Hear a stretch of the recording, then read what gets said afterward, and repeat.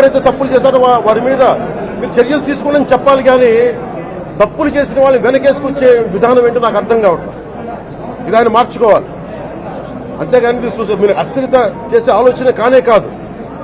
ఇదే మీరు ఊహించండి, ఇంకా ఏ ధర్మం మీదైనా సరే ఇలాంటి అపవిత్రం ఒక చర్చి మీద జరిగినా, ఒక మస్జిద్ మీద జరిగినా దేశం అల్లకల్లోలం చేసేస్తారు, ప్రపంచం అంతా మాట్లాడతారు, గ్లోబల్ న్యూస్ అయిపోద్ది.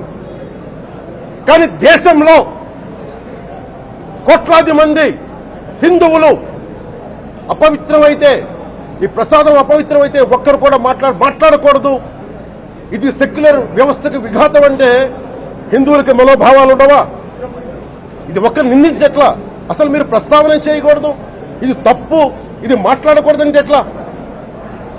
ఇదే వేరే మతానికి మీరు అన్వయిస్తారా? నేను అన్ని మతాలని సమానంగా గౌరవించేవాడిని, ఇస్లాంని గౌరవించేవాడిని, క్రిస్టియానిటీని గౌరవించేవాళ్ళం. మేమందరం సనాతన ధర్మం అని మొత్తుకుంటున్నాం. దేనికి సనాతన ధర్మం అంటే? సనాతన ధర్మానికి ఒకరు ప్రారంభించింది కాదు, ఇది ఒక వ్యక్తి ఒక కూర్చోబెట్టి ఒకరు స్టార్ట్ చేసింది కాదు. ఇది కొన్ని వేలాది సంవత్సరాలుగా అన్ని మతాలని, అన్ని విశ్వాసాలని అలింగనం చేసుకున్న నేల ఇది.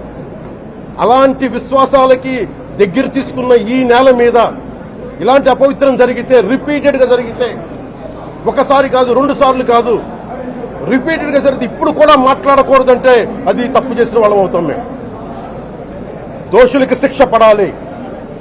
ఫుడ్ అడల్టరేషన్ ఇది మేము కాదంటల్లా. టీటీడీ బోర్డు, అప్పుడు టీటీడీ బోర్డు బాధ్యత తీసుకోవాలి.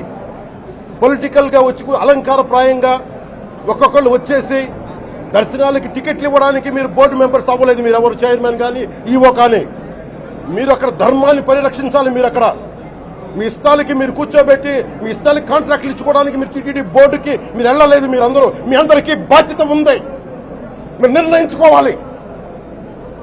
ఎవరికి కోపాలు రావు, ఎవరికి వేదన రాదు, ఎవరికి బాధలు రావుంటే కుదరదు. వస్తాయి బాధలు, వేదన ఉంది, మాట్లాడతాం. మర్చిపోకండి ఎవరు.